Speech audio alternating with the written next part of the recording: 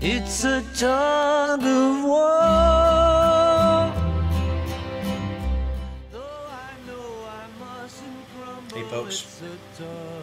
Hey folks, welcome to this edition of Much to Say, Much the number 2, Say.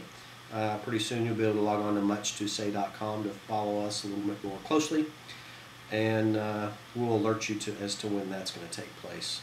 It's been an interesting week this week. Today is August the 7th, 2009. A new justice was named, Justice Sotomayor. Is that right? Very, very impressive. Yeah. And then, good, bad, or indifferent, something that may have actually dwarfed that a little bit is some of these healthcare reform town hall meetings that have been taking place, which I have mixed emotions about in terms of how they've been getting out of hand. But basically, there's been a lot of heckling going on, and at some point, I think, in some of them, a little violence. Mm-hmm. Yeah, I think the town hall meetings, I mean, their intent is to distribute information. And by those who are yelling and disrupting and chanting, I think that is really taking away from the dissemination or the spreading of correct information. The part that I have a little bit of an issue with is the parts that, even though nobody knows the final version of the bill, are already spreading misinformation. And one of the examples of that is the end of life issue. And in a nutshell, what that is there is a stipulation in all three bills that are going through right now that doctors can be paid through Medicare for counseling elderly patients on a living will every 5 years. A lot of elderly people, probably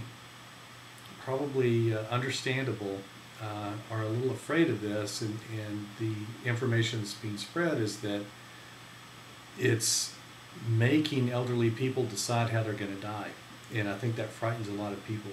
But in actuality, it's counseling on putting together a living will, deciding, do not resuscitate, do you want to be kept alive by machines. It just gets people to think about that issue, and I think that's just one example of some of the misinformation that's going around. What's scary to me is the fact that I don't know that anybody has really read the whole bill. Mm-hmm. And of course, in a lot of the, I should say, I guess, radical Republican right-wing side, they react to things pretty quick and then they pounce together. I say they because, I mean, yeah, I'm definitely staunch Republican, but certainly not out there so radical and militant, mm-hmm. Like what we've seen on television.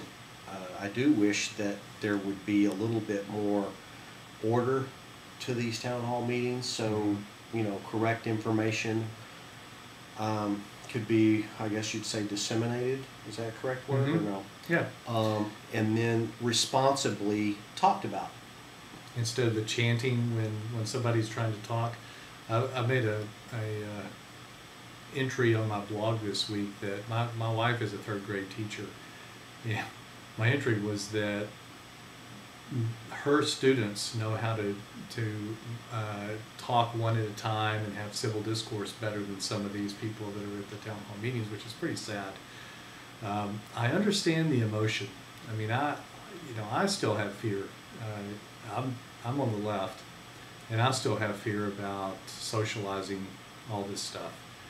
I was against the bailouts, and I'm against government intervention.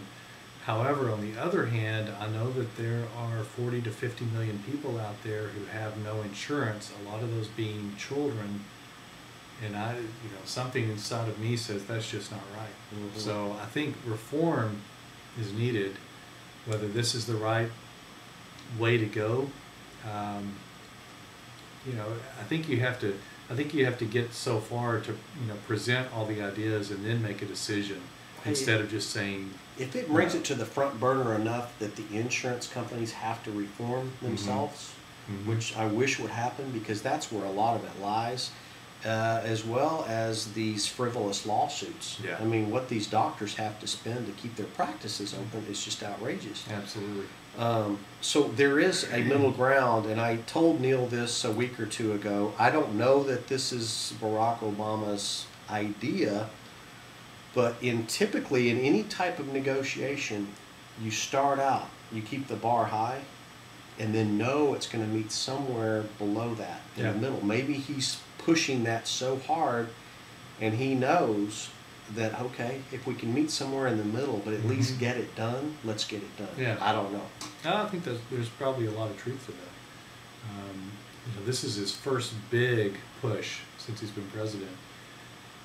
If he doesn't make it, we can start over and try to meet some middle ground. Unfortunately, what that means is that that's another year or two for people who don't have insurance and who have to put their operations or their kids' operations on the back burner for a year or two, which is just I wish it would painful to spawn see. insurance companies just to go ahead and react to it at this Mhm. level, and go ahead and come up with some sort of plan that would help these families. Mhm. And a lot of us fall into that from time to time, whether it be through unemployment. Of course, we don't need to touch on the welfare system and that kind of thing. That's a long story.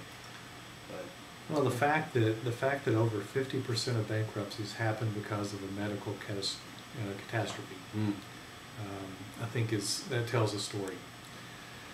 And if we can just have some dialogue. Again, I'm not sure that I call him Barack. I know. He tells me to call him BO. I'm not sure that what he's presenting and what's going through right now is the perfect solution, but I would just like to see dialogue instead of yelling and chanting. I guess that's what it comes down to. Seeing some of these town hall meetings. There's no real silver lining, at least though in my camp, it's brought more awareness, because I think other things would have dwarfed the topic for a while. At least, I hate to say my side, your side, because you and I kind of are meeting in the middle to some degree, but to where people will think about it. Let's not give them, a free meal ticket and endorse something that hadn't been talked about or resolved to the fullest extent. I agree. So, I think in this case, maybe we're a little closer to the middle than right and left. We'll see as it. And this wasn't planned. No, it wasn't. We just shot from the hip today. Yep. We're in agreement, at least at this point. We'll see what happens on the debate as we go forward. We have a little time left. What do you think of Sotomayor? Do you think it's a good thing? Let's talk about. How about them Cowboys? Yeah. No, I really, I haven't done enough research to make a very educated comeback on this particular topic. I do know that justice has a lot of influence in the big picture over the course of time.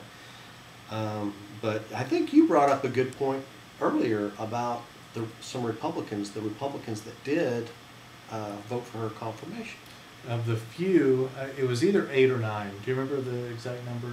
I think, I thought you said 8. Was it 8? Yeah, you're right. It was 8. 6 of the 8 Republicans who voted for her are retiring next year, which, I mean, you kind of draw your own conclusions on that. But to me, what that says is that these Republicans liked her, but politically, they were the only ones who felt safe voting for her. So, take it for what it's worth. And this is politics, Yep. so it makes a lot of sense. From the left, To the right, thank you, and we'll see you next time. rock and roll. Bye.